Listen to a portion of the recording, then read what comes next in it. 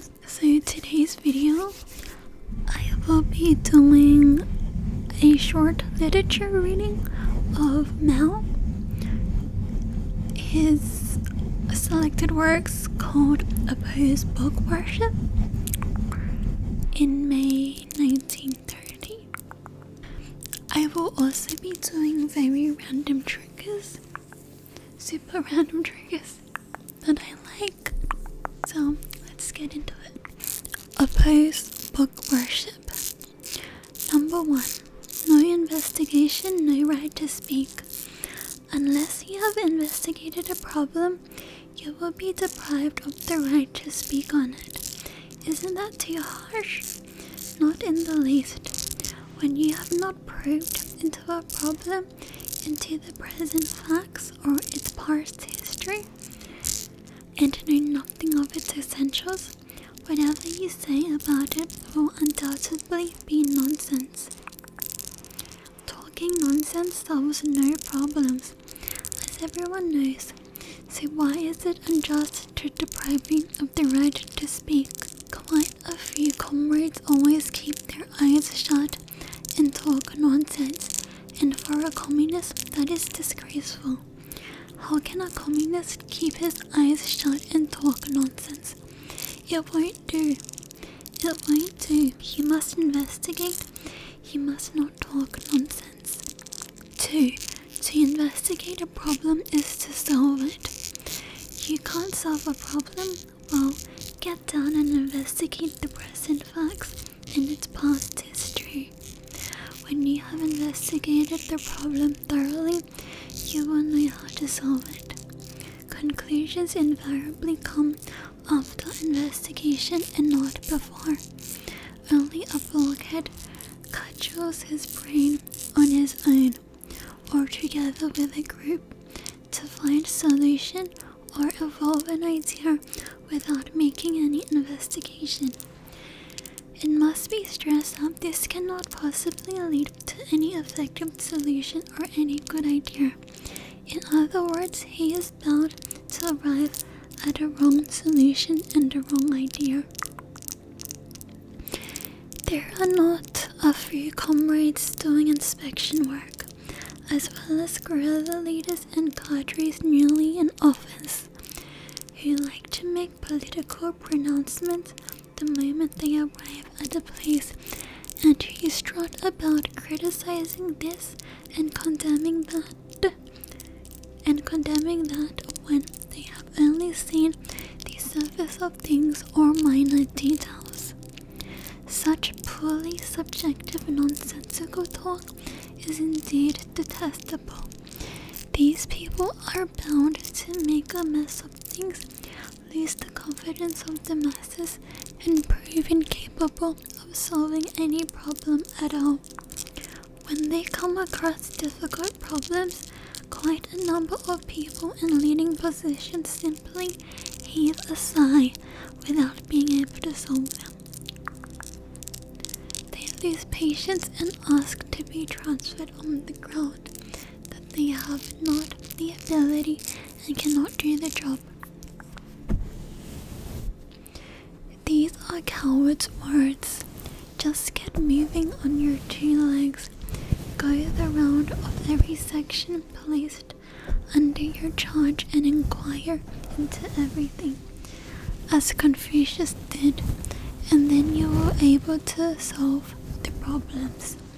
However little is your ability, for although your head may be empty before you go out of doors, it will be empty no longer when you return, but will contain all sorts of material necessary for the solution of the problems, and that is how problems are solved.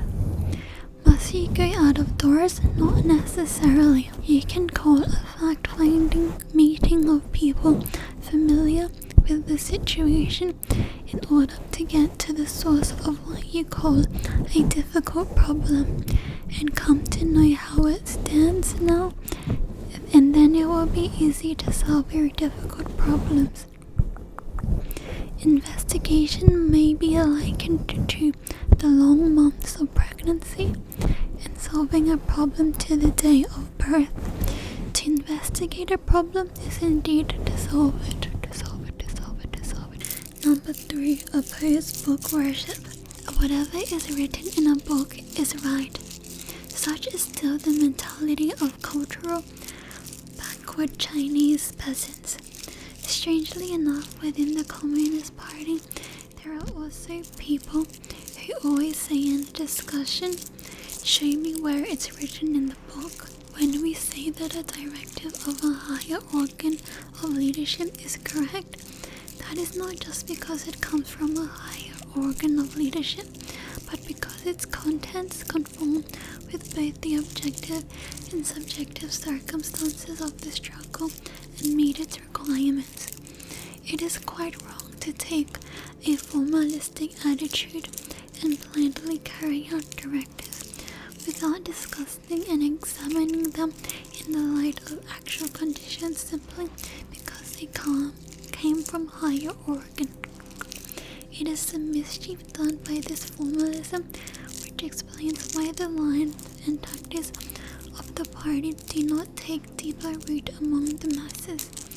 To carry out a directive of a higher organ blindly and seemingly without any disagreement is not really to carry it out, but it is the most artful way of opposing or sabotaging it. The method of studying the social sciences exclusively from the book is likewise extremely dangerous and may even lead onto the road of counter-revolution. Clear proof of this is provided by the fact that whole batches of Chinese communists who confined themselves to the books in their study of social sciences have turned into counter-revolutionaries. When we say Marxism is correct, it is certainly not because Marx was a prophet, but because his theory has been proved correct in our practice and in our struggle. We need Marxism in our struggle. In our acceptance of his theory, no such formalization of mystical notion as that of purposey ever enters our mind. Many who have read Marxist books have become renegades from the revolution, whereas illiterate workers often grasp Marxism very well. Of course, we should study Marxist books, but this study must be integrated with our country's actual conditions. We need books, but we must overcome book worship, which is divorced from the actual situation. How can we overcome book worship? The only way is to investigate the actual situation. Without investigating the actual situation, there is bound to be an idealist appraisal of class forces and an idealist guidance in work resulting either in opportunism or in PUTSCHISM. Do you doubt this conclusion? Facts will force you to accept it. Just try and appraise the political situation or guide the struggle without making any investigation, and you will see whether or not such appraisal or guidance is groundless and idealist, and whether or not it will lead to opportunist or PUTSCHIST errors. Certainly it will. This is not because of a failure to make careful plans before taking action, but because of a failure to study the specific social situation carefully before making the plans, as often happens in our Red Army guerrilla units. Officers of the Li Kuei type do not discriminate when they punish the men for offenses. As a result, the offenders feel they have been unfairly treated. Many disputes ensue, and the leaders lose all prestige. Does this not happen frequently in the Red Army? We must wipe out idealism and guard against all opportunist and PUTSCHIST errors before we can succeed in winning over the masses and defeating the enemy. The only way to wipe out idealism is to make the effort and investigate the actual situation. 5. The aim of social and economic investigation is to arrive at a correct appraisal of class forces and then to formulate the correct tactics for the struggle. This is the answer to the question, why do we have to investigate the social and economic conditions? Accordingly, the object of our investigation is all the social classes and not fragmentary social phenomena. Of late, the comrades in the 4th Army of the Red Army have genuinely given attention to the work of investigation, but the method many of them employ is wrong.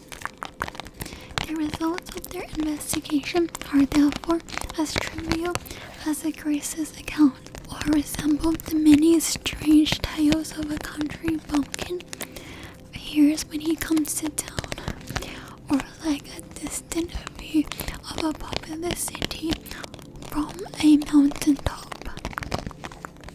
This kind of investigation is of little use and cannot achieve our main purpose. Our main purpose is to learn the political and economic situation of the various social classes. The outcome of our investigation should be a picture of the present situation of each class and the ups and downs of its development.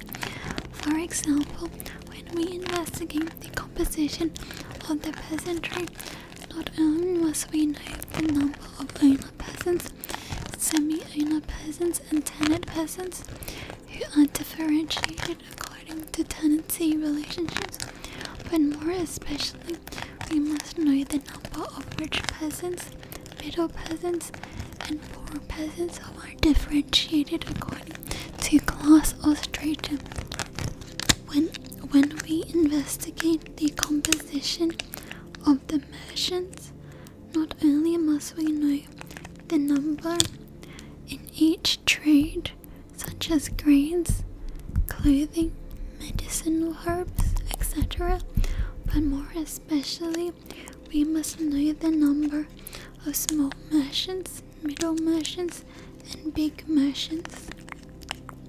We should investigate not only the state of each trade, but more especially the class relations within it. We should investigate the relationships not only between the different trades, but more especially between the different classes. Our chief method of investigation must be to dissect the different social classes, the ultimate purpose being to understand their interrelations, to arrive at a correct appraisal of class forces, and then to formulate the correct tactics for the struggle, defining which classes constitute the main force in the revolutionary struggle, which classes are to be won over as allies, and which classes are to be overthrown. This is our sole purpose. What are the social classes requiring investigation? They are the industrial proletariat, the handicraft workers, the farm laborers, the poor peasants, the urban poor, the lumpen proletariat, the master handicraftsmen, the small merchants, the middle peasants, the rich peasants, the landlords, the commercial bourgeoisie, the industrial bourgeoisie. In our investigation, we should give attention to the state of all these classes or strata. Only the industrial proletariat and industrial bourgeoisie are absent in the areas where we are now working, and we constantly come across all the others. Our tactics of struggle are tactics in relation to all these classes and strata. Another serious shortcoming in our past investigations have been the undue stress on the countryside to the neglect of the towns, so that many comrades have always been vague about our tactics towards the urban poor and the commercial bourgeoisie. The development of the struggle has enabled us to leave the mountains for the plains. We have descended physically, but we are still up in the mountains mentally. We must understand the towns as well as the countryside, or we shall be unable to meet the needs of the revolutionary struggle. VI. Victory in China's revolutionary struggle will depend on the Chinese comrades' understanding of Chinese conditions. The aim of our struggle is to attain socialism via the staged democracy. In this task, the first step is to complete the democratic revolution by winning the majority of the working class and arousing the peasant masses and the urban poor for the overthrow of the landlord class, imperialism, and the Kuomintang regime. The next step is to carry out the socialist revolution, which will follow on the development of this struggle. This fulfillment of this great revolutionary task is no simple or easy job, and will depend entirely on correct and firm tactics on the part of the proletarian party. If its tactics of struggle are wrong or irresolute and wavering, the revolution will certainly suffer temporary defeat. It must be borne in mind that the bourgeoisie parties too constantly discuss their tactics of struggle. They are considering how to spread reformist influences among the working class so as to mislead it and turn it away from the Communist Party leadership. How to get the rich peasants to put down the uprisings of the poor peasants, and how to organize gangsters to suppress the revolutionary struggles. In a situation where the class struggle grows increasingly acute and is waged at close quarters, the proletariat has to depend for its victory entirely on the correct and firm tactics of struggle of its own party, the Communist Party. A Communist Party's correct and unswerving tactics of struggle can in no circumstances be created by a few people sitting in an office. They emerge in the course of mass struggle, that is through actual experience. Therefore, we must at all times study social conditions and make practical investigations. These comrades who are inflexible, conservative, formalistic, and groundlessly optimistic think that the present tactics of struggle are perfect, that the book of documents of the party's 6th National Congress guarantees lasting victory, and that one can always be victorious merely by adhering to the established methods. These ideas are absolutely wrong and have nothing in common with the idea that communists should create favorable new situations through struggle.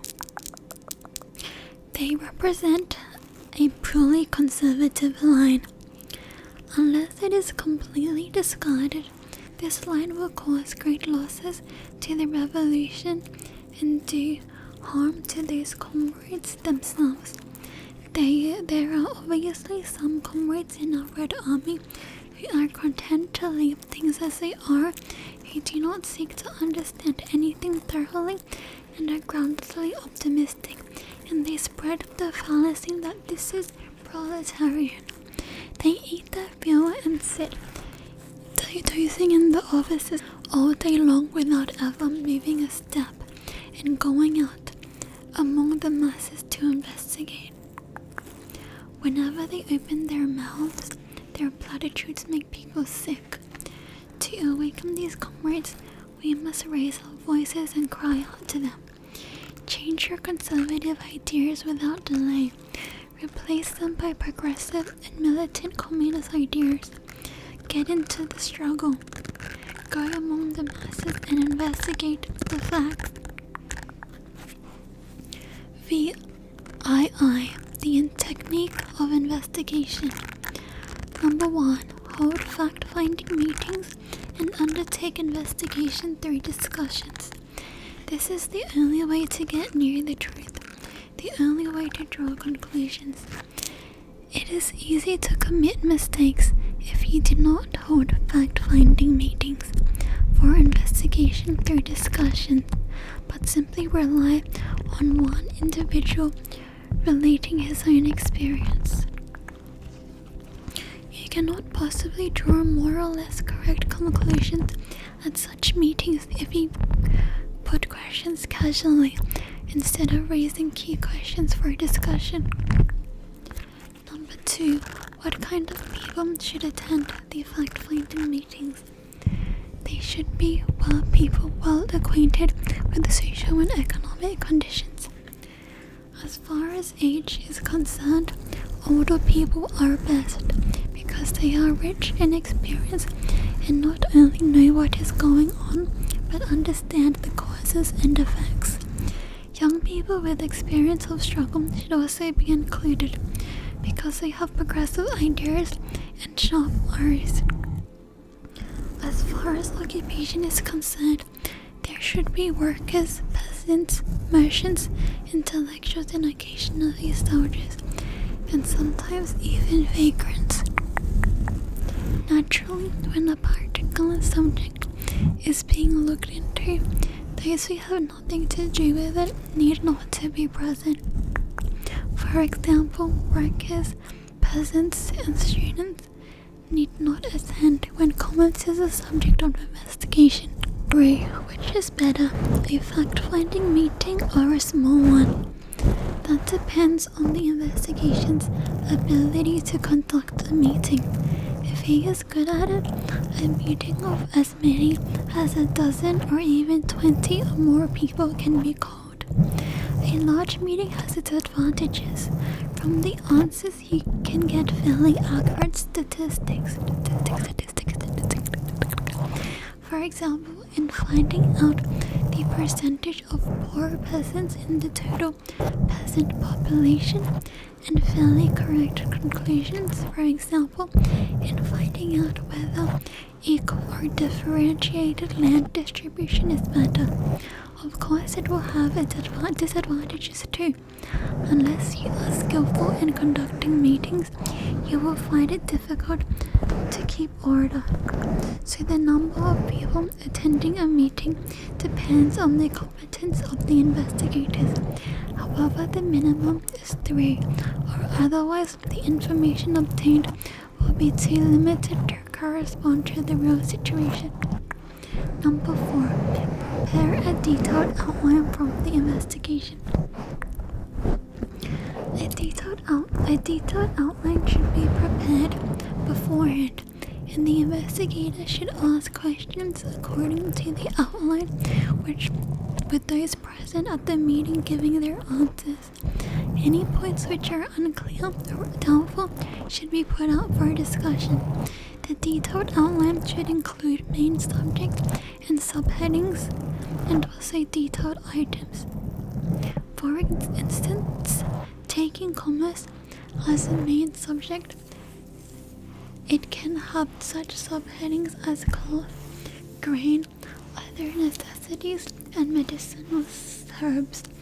Again, under cloth, there can be such detailed items as calico, homespun, and silk and satin. 5. Personal participation.